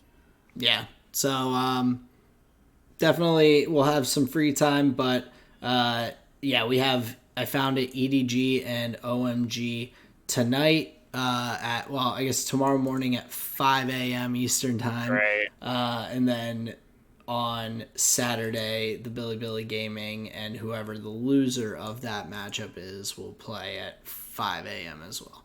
So, Damn. I wonder what my life could look like if I was like getting up early enough in the morning just naturally where like I could just be putting that on just like, oh, I'm up for LPL here. That'd be wild. Yeah, I think Going to bed at like 9:30 p.m., waking up at 4:30. it's already wild enough for me that I shifted from someone in college who would sleep till noon on the weekends to this guy who's like raring to go at 8 a.m. on some Sundays for Formula One and everything. So that would be a pretty big shift from who I used to be, to go from sleeping till noon to 5 a.m. I think I'm Crazy. probably right around the best spot for me. So There you go. There you go. You're like, I've got it all dialed in. I'm content. I'm good. Sure. There you So, but I know you had a lot of Magic the Gathering that you got in over the weekend. So let's get into that a little bit. Move on from these League of Legends playoffs before we wrap it out of here for the week. A lot of games, but I'll just kind of tell it in like a story format. So on Saturday, me and John plan to, so me and John plan to, he had a stack of printer paper that had a bunch of Magic cards printed on them. The goal was I think we have I think we printed out 5 different Pioneer decks, and we cut them up, real nice and pretty, sleeved them up. So effectively, we have, we got like $2,000 worth of cardboard for like 30 bucks worth of paper, and we spent what ended up being way longer than we thought it would take. Like we were like, oh, let's meet up at like 1:30. We'll be able to, we'll just sleeve these guys up real quick, and we'll get games in all day. Dude, we didn't get done sleeving everything and like figuring out where things went. We weren't done until like 5 or so. Damn. And but it was all organized, it was all done now, so you just whip them out and play. So we got a bunch of rounds in that night. We met up again on Monday, played even more, and just like playing each matchup, whatever deck you wanted to play. He played a deck, all right, let me play that one, these kind of things, and just like to really get a feel for the format. And that was super fun, really good time. Kind of got, because like we spent all Saturday together. Like it was the longest I've spent with anybody that wasn't Sarah, like in a really long time, to the degree that like I forgot just how to like hang out with somebody like that, where eventually I was like, do you need to eat? Like, what do you want to do? Like, I didn't know, because like I had brought a stack. I was like, I didn't know what you wanted to do for food. So it was just like this whole thing. But overall, really fun, really enjoyable. The games were tough. I see I've got a lot to learn just about like 1v1 Magic in general, and just like about the format and blah blah blah. So just good stuff there. That's really fun. And so that was Saturday, Monday, and then that was Saturday, Monday, Sunday, Tuesday. Bunch of Commander games. Played 5 games total, 2 on Sunday, 3 last night. Fucking, I'm 3 for 5, baby. Nice. I'm smashing these kids. Hell like, yeah. Solid dubs where like key decision points, making good choices, these kind of things. And I'll tell you, on Sunday, the one game, if I've ever had like a heart of the cards moment, and or like just knowing my deck well, there was a moment I had like I think I had one card in hand, decent board state, but I was like, I need something here. And in my head, I literally thought, there's a card that says creatures you control have double strike. It just means they tag twice. Pretty strong. In my head, before my draw step, I said to myself, my best draw is that enchantment. Creatures you control have double strike. I forget what it's called. But, like, in my head, I'm like, that's my best draw. Untap, upkeep, draw. I'm like, that's crazy. Nice. There it is in my hand. And then, like, from that getting... From my creatures having double strike, that's what allowed me to win the game. So I was just like, let's go, dude. And then it always feels good to make Ian fold. Before his life total's gone, he's like, all right, I'm out. And then I just ground John out, who was my last opponent. That was the last game of the night last night, where Ian probably could have kept going, probably could have drew more cards. He's like, we out of here. So that always feels good. So they were just like clean dubs. Yo. And then this is what's great about the second win from last night. I was playing my landfall deck. I made a very tough decision about a card. It's called Smothering Tithe. Okay. It's been in the deck, but every time I've played the card and had it out, it hasn't helped accelerate my board state at all. So I made the very tough decision of getting it out of there. Like, it's an insanely powerful card, but not what this deck needs. So I took that out and put a very powerful Planeswalker in its place. And guess what card won me the game? This very powerful Planeswalker, where in its place, it effectively would have been just a dead 4-mana enchantment that is not helping me win the game. Ian never would have folded his hand because, like, I just wouldn't have been putting out as much pressure as the other card that I slotted in. So just seeing this, like, 1-for-1 thing of, like, here was something that wasn't working, and now it's working, baby. And I was just super happy to see that swap go really well and actually perform in the way that I thought it did. So a whole bunch of, like, deck building choices, mulligan choices, all culminating in, like, solid commander victories, where it wasn't, like, handed or, like, cheesy or whatever. It's just like, we did it.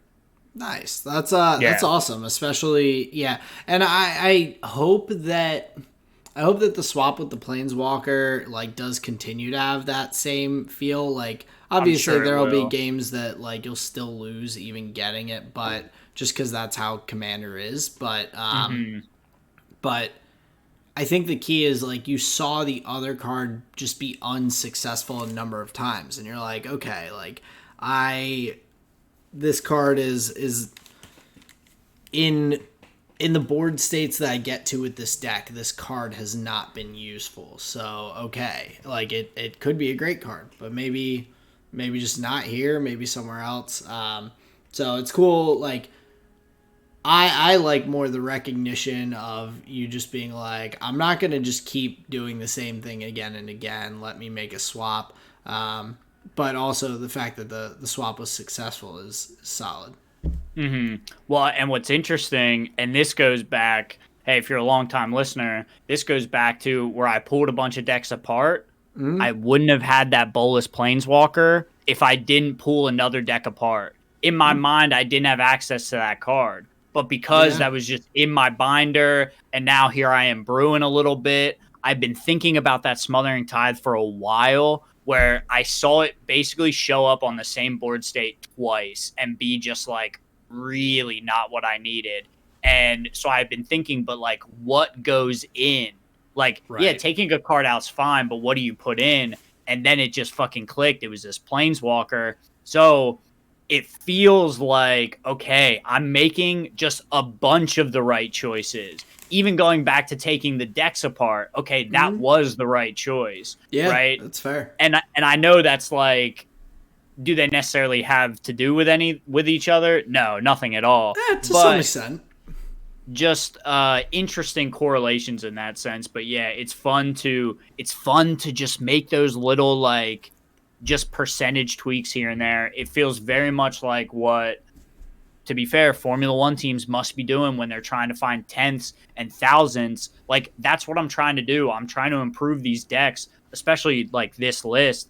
I mean, it can only get, like, percentage points better at a certain point. Right. But that's, like, I feel like that's what we're doing it for. And it was that kind of game that's like, yes. Nice. I feel the power. That's what it was. Yeah, I mean it can make a difference, like but Mm-hmm. without opening that door, you just kind of, you never know. I mean, Right. because worst case scenario, you're just like, this doesn't work either. You You slot just something trade else something in, else. or you put that Smothering Tides back in and hope for the best. Like, um, but I'm glad that it worked out well for you there. And a lot of games of Magic. Remind me, when is the 1K tournament that you're playing in coming up? Same weekend as Baku. Okay, We'll be watching a race that morning, playing Magic by that afternoon. But nice. I'll have my first like practice event this weekend on Saturday evening. They're running like a little Pioneer like night tournament thing. There'll probably be like 10 to 12 people there, whatever. So I'll get a little bit of practice in, and I'll have a couple of those opportunities before the 30th. But yeah, and then hopefully a bunch of games with John in between to like really fine tune like sideboard plans and things like this. So a lot of Magic being played right now, which is um, exactly what we want to be doing. But I appreciate you. I appreciate you hearing me, and let me hear about your flavor of the week, Aaron. Yeah. So for my flavor of the week this week, for my food, yesterday we had one of our friends over to hang out, have dinner and all. Or I guess this was 2 nights ago. So 2 nights ago, had him over for dinner and everything. And so I made some steak and some shrimp scampi, little surf and turf deal. It was pretty good. I was impressed. My friend was supposed to be over at like 7. Well, it was first going to be 5 to 6, and then it became 7 o'clock, and then it became 8 o'clock. And so his food was a little colder than I would have liked. And I was like, you're not an asshole for being late.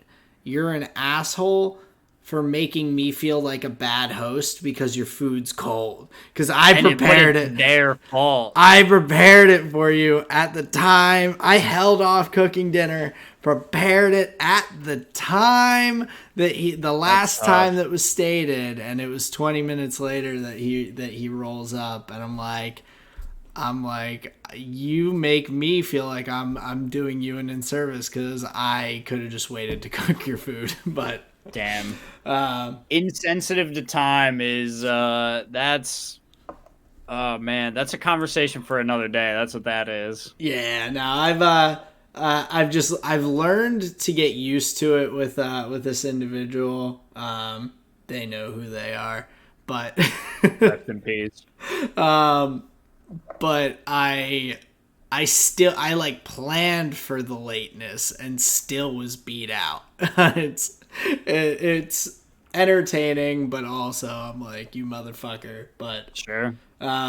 But for my music this week, I over the weekend while Colleen was away, I was waiting in between the F2 race and the F1 race from Saturday into Sunday night, and I had saved a bunch of like random songs and music and things like that I had seen come up on TikTok, whether they're by the artists or they're by DJs or whatever who are mixing songs and whatnot. That have popped up on my feed. So I had a bunch of those saved. I went through, put them all in a little playlist on my Spotify, went through the songs and all, and I have a few of them that I'm like, okay, I'll probably throw you into. I was like, save those on Spotify to actually put in a playlist I'll listen to more consistently. But there were also a few that I was just like, yeah, that little snippet that was on TikTok is the best part. The rest of it kind of blows. And Mm-hmm. so some of them are throwaways, but I was like, hey, I was glad that I finally took the time to like organize that a little bit and get some of that music actually out for me to hear in its entirety. And as a honorable mention, I also had ordered a pre-release. I don't even know what there was a re-release, I guess, of Mac Miller's Blue Slide Park on vinyl. So I had ordered that a ways back, like weeks ago, and it showed up in the mail this past week. So I listened to that a little bit as well. Music that I usually listen to, but it's cool having that vinyl in the front of my little stack there for the meantime. So nice. So an honorable mention, but then my visual medium. Colleen and I have been watching a bit of trash TV, Love is Blind in particular. Is that what the name of the season is? Love is Blind in particular? No, it's just Love is Blind. That's is the trash in particular trash that I am watching. That we've been watching. So, every season they find the most interesting, exciting, wonky people to throw on there.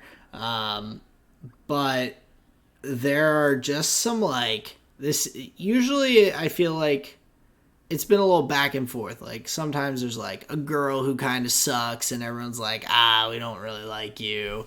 And then last season there was this guy who sucked and everyone was like, yo, we don't like you.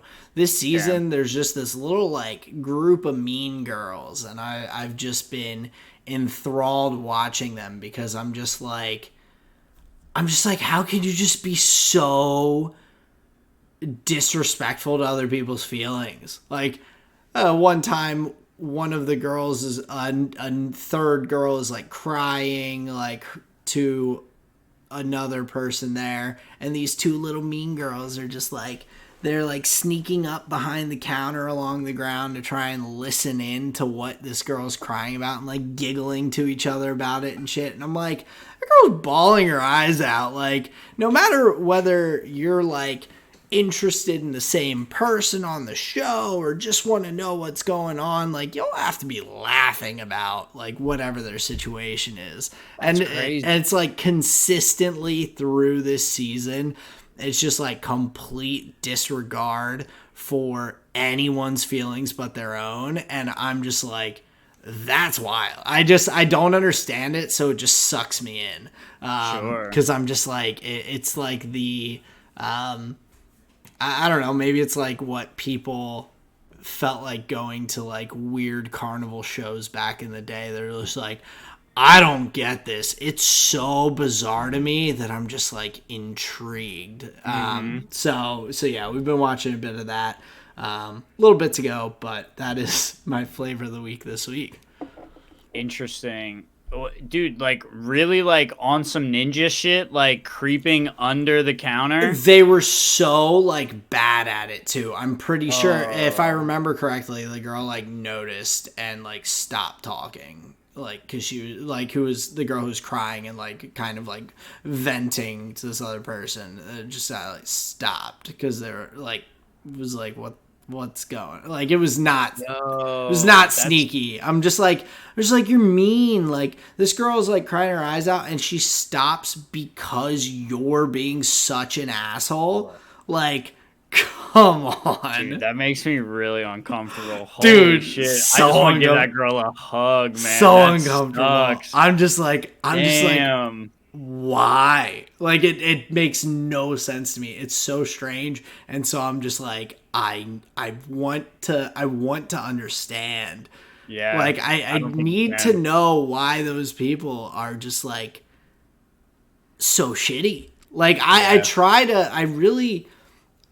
think it comes back to, I really, for the most part, really feel like every person has this potential for good. Like people are, I do kind of ascribe to like people being generally good across the board, but that some people choose to just be bad people, whether it's for selfish reasons or whatever else, disregard for other people.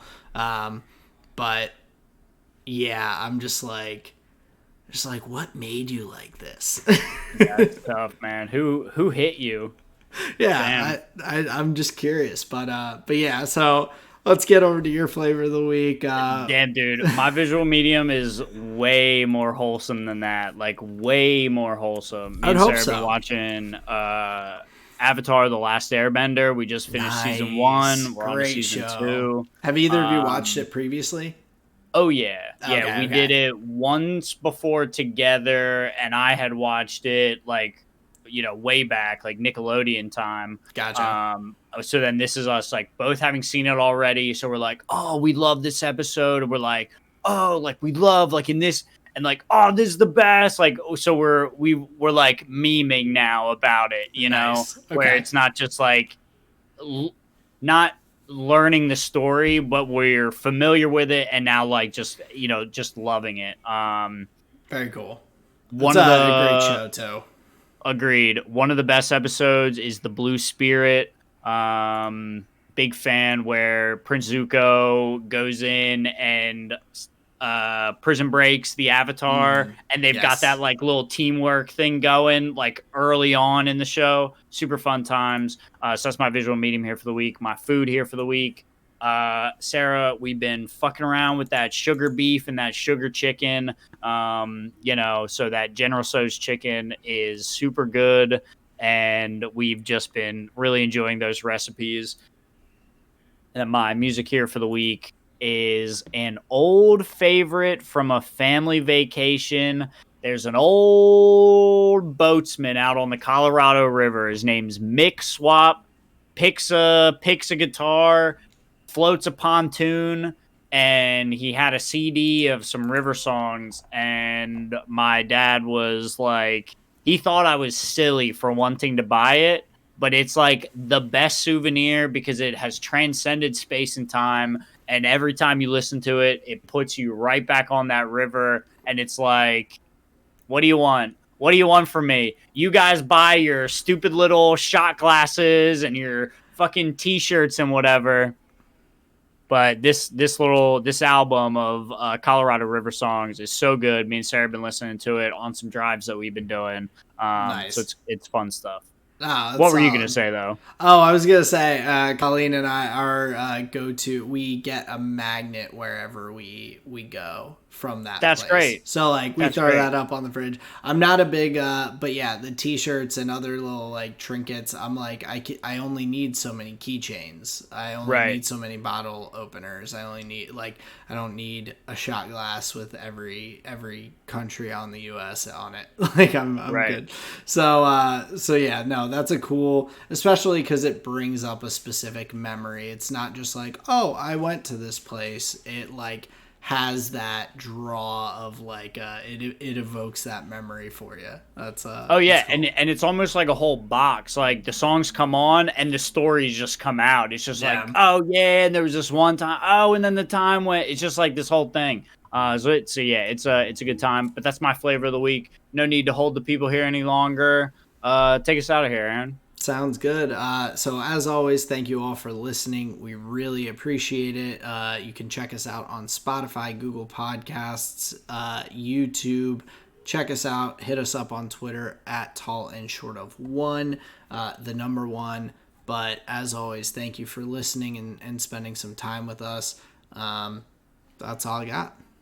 Yeah, just tell your friends. New episodes every Thursday. Get them on board. Get them listening. Yeah, we just appreciate your time. Thank you so much for tuning in. This has been another episode of the Tall and Short of It podcast. Peace out, everyone. See ya.